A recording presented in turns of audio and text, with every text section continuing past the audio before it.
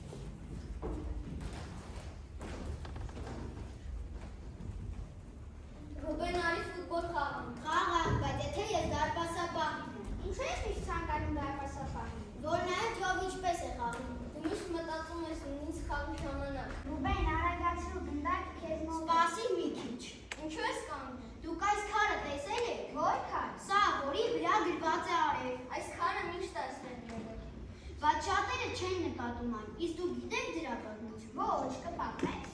1978 թվականին Վիլյամ Սարոյանը եկել է Հայաստան, եղել է նաև Ջերմուկում ու քաղաքի պաշտոնյաներից մեկը հարցրել է.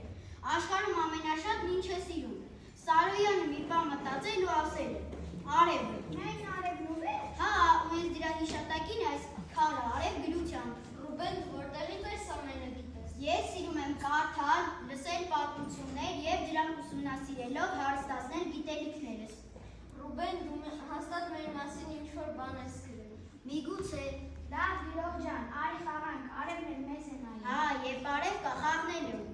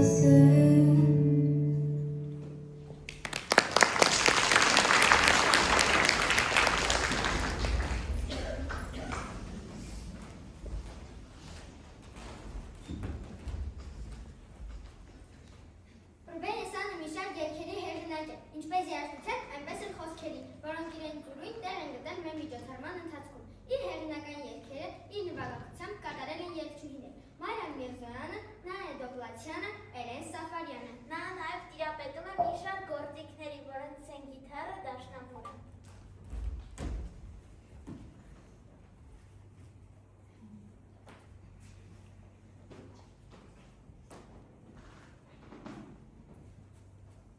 Ռուբեն, օգնես մեզ, C++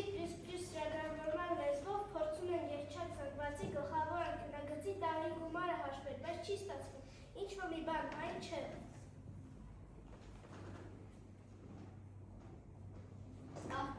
Աղջիկներ, ահա է ձեր սխալը, քանի որ ծրագրավորման մեջ նույնիսկ մի փոքրիկ մանրուք կարող է ծրագրի խափանման պատճառ դառնալ, պետք է լինել չափազանց ուշադիր։ Մի՞թե ավելի այսքան պարզ է, իսկ մենք չենք էլ հասկացել։ Լավ ծրագրավորող դառնալու համար պետք է նկատել սեփական սխալները։ Դե աղջիկներ, վերջը ձեզ հաջողվեց գտնել խնդրի լուծումը։ Այո, Ռուբենը մեզ կրկեց։ Դե տեսնում եք, թե նա ինչպես է լուծում խնդիրները։ Միշտ մտածում են փոքր այլ կերպ։ Իհարկե, չէ՞ որ մեր ընկերը մշտապես կարդում է Հովհաննես Թումանյանի, Ագաթա Քրիստիի եւ Էդգար Ալան Պոյի ստեղծագործությունները, որոնք էլ զարգացնում են նրա տրամաբանական եւ վերլուծական մտածողությունը։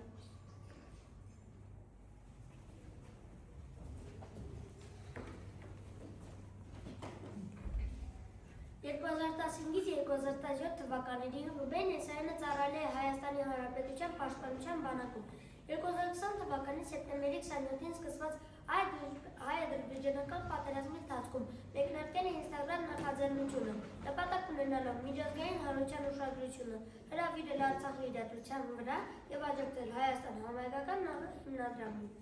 Ռուբեն Եսայանը սկսել է վիդեոբլոգինգով զբաղվել 2011 թվականից։ Մի շարք հաղորդումների հեղինակ է, բացահայտում գյուղից գյուղ, Պաչիմացակ եւ այլն։ Մի շարք հաղորդումների եւ ներկայացումների սցենարիստ է, այդ թվում Stand-up Premium, HD Stand-up, ամենանոր ամանոր եւ այլն։ Հաղորդաշարերի մեծ մասը կրում է կրթական բնույթ, իսկ տեղեկատվությունը ներկայացում է հետաքրքիր ձևաչափով։ Առանձնացրել են գյուղից գյուղ հաղորդաշարի որոշ դրվագներ, ամենամեծ գյուղի ամենատարեց մարդը։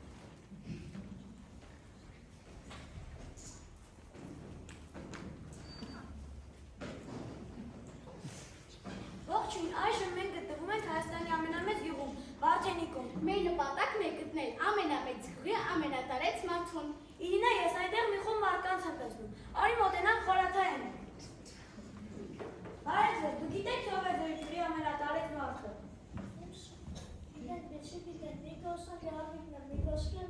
Գրեթե բոլորը նրա անուն են տալիս։ Կարծես թե շատեր գտնեք Հայաստանի ամենամեծ գյուղի ամենատարեց մարդուն։ Ռուբեն, մարդկանց ռեակցիան ստուգելու համար, արի ասենք, որ մեծ գումար եք տալու գյուղի ամենատարեց մարդուն։ Բարև ձեզ, մենք հաղորդավարներ ենք, եկել ենք Երևանից։ Բարով եք եկել, ինչ է պատահել, ինչն է ձեզ բերել մեր գյուղ։ Մենք ուզում ենք իմանալ ով է ձեր գյուղի ամենատարեց մարդը։ Ինչի՞դ է պետք տղա ջան։ Դե ուզում ենք խոշոր գումար տալ։ Էիք սև այդ մարդը։ Ռուբեն, քանի որ փոքրիկների ընթացքում տարբեր մարդկանց աններ ենք լսում, արի գնանք գյուղապետարան եւ վերցնենք տարեց մարդկանց ցուցակը։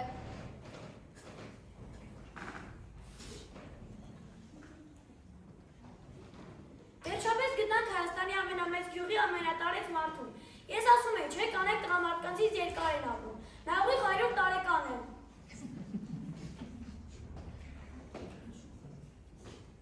Բարև Տաղի ջան, անունդ ինչ է։ Սիրանուշա, Բալաջան, Ալինստի, Գուշտես։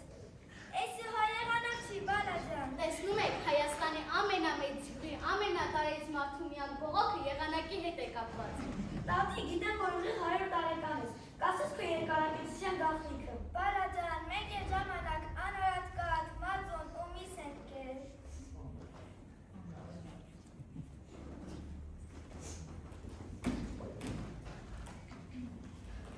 Ապրելու արվեստը կարողանալ է կանգ առնել ու նկատել կյանքը իր ամենափոքր, բայց ամենաթանկ պահերով։ Դա բարի լինելն է մարդկանց հանդեպ։ Շնորհակալ լինել այն ամենի համար, ինչ ունենք հենց այս պահին։ Ապրելու արվեստը դրություն է, ապրել գիտակցված սիրով, նույնիսկ դժվարությունների մեջ տեսնել լույսը իմաստ։ Այն ձևավորում է փորձով, ճանապարհներով, սխալներով ու հաղթահարումներով։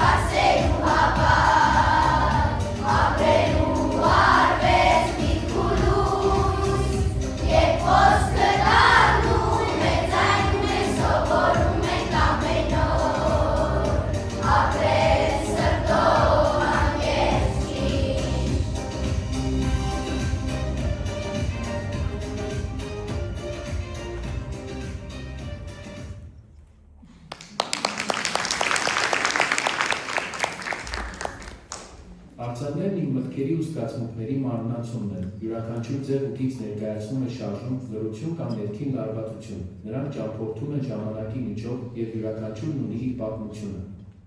Արձանների մեջ ես փորձում եմ ամփոփել մարդու ներքին աշխարհը, իր խոցելիությամբ ու ուժով։ Արձանների լրությունը երբեմն ավելի խոսուն է, քան մարդկային խոսքը։ Մյուս կողմից դա նաև զրույց է ժամանակակից արվեստի հետ։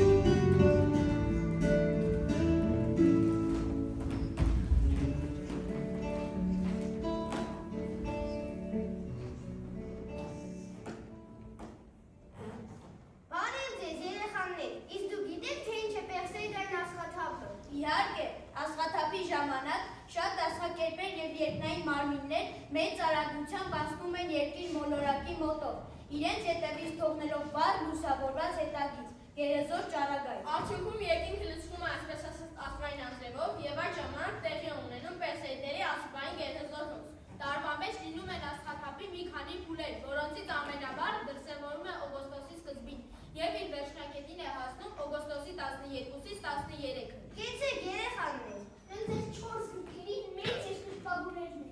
Միշտ մեծ ոգևորությամբ են սպասում յուրաքանչյուր շնորհանդեսի։ Ճիշտն ասած, ինձ համար շատ դուր է գալի թունելից 13 կիլոմետր հեռավորության վրա գիրքը։ Իսկ ինչի մասին է։ Ես այն դեռ չեմ կարդացել։ Վեպը պատմում է Երևանի պետական համալսարանի առաջին կուրսերից մեկում սովորող մի խումբ ուսանողների մասին, որոնք որոշում են քննություններից հետո մեկ օր գնալ Երևանից դուրս և ցրվել ուսումնական տարվա ծանր շրջանից հետո։ Հետարցի ճանապարհին ուսանողները հարգանքի բերբամբ հայտնվում են Ուրագարեր գյուղում, որի մասին երբեք չեն լսել։ Հենց այդտեղ է տեղի է ունենում վեպի հիմնական իրադարձությունները։ Իսկ ես ամենից շատ սիրում եմ վանականներն ունեն գաղտնիք գիրքը, հատկապես այս արտահայտությունը։ Մի տուր հարցեր, որոնց պատասխաններից վախենում ես։ Մարդասպանը ես եմ և մյուսը վեպերը նույնպես շատ են, բայց ես անհամբեր սպասում եմ թունելից 13 կիլոմետր հեռավորության վրա ֆիլմի պրեմիերային։ Այո, հատկապես որ Գիգորի դերակատար Ալբերտ Պուլինյանը նույնպես երկար դադարից հետո առաջին անգամ դերակատարում է ունենալու ֆիլմում։ Նայեք, աստղային հեքիաթը սկսված է։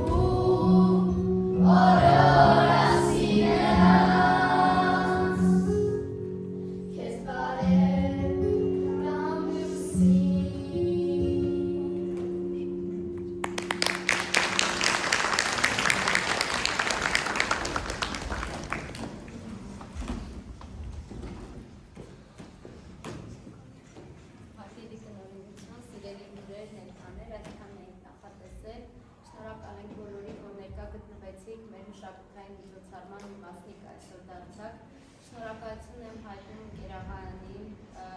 մեզ բոլոր հարցերում աջակցելու համար։ Իհարկե խորին շնորհակալություն եմ ուզում հայտնել Ռուբեն Եսայանին, ով չնայած իր բազմազբաղ լինելուն, ժամանակ հատկացրեց մեզ, իրով ընդունեց մեր հրավերը եւ իր բազմաժանր ու հարուստ ստեղծագործական գործունեությամբ ոգեշնչման աղբյուր դարձավ մեզ եւ մեր սաների համար։ Անչափ շնորհակալ եմ։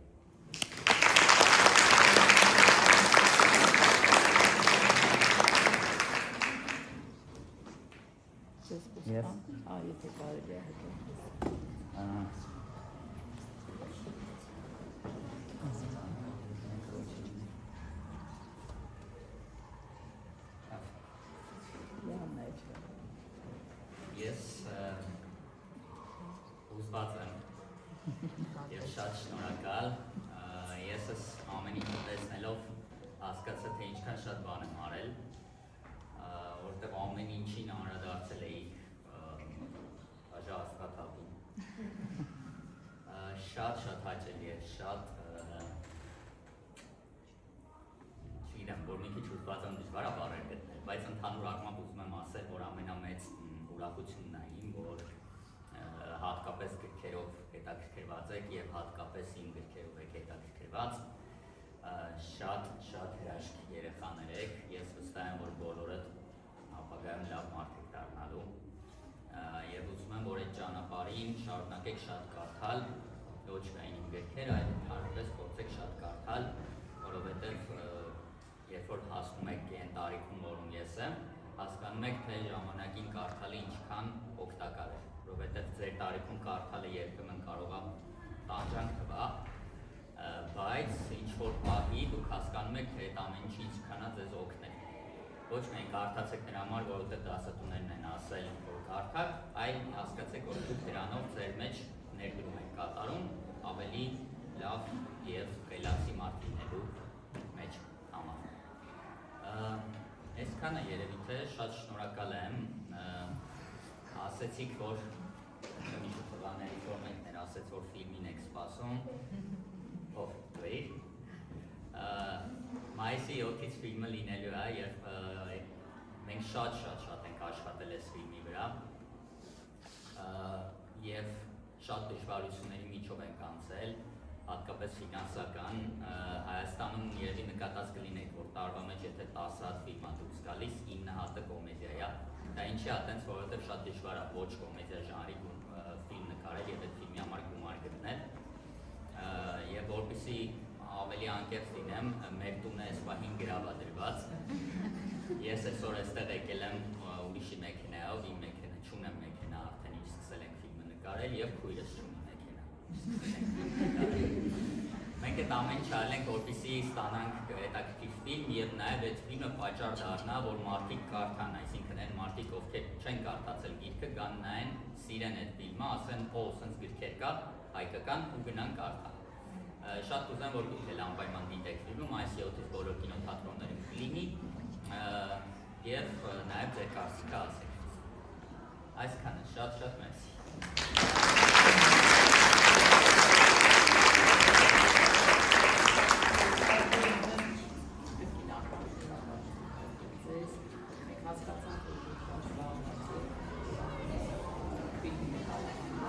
Ձեր գործերի հաջողություն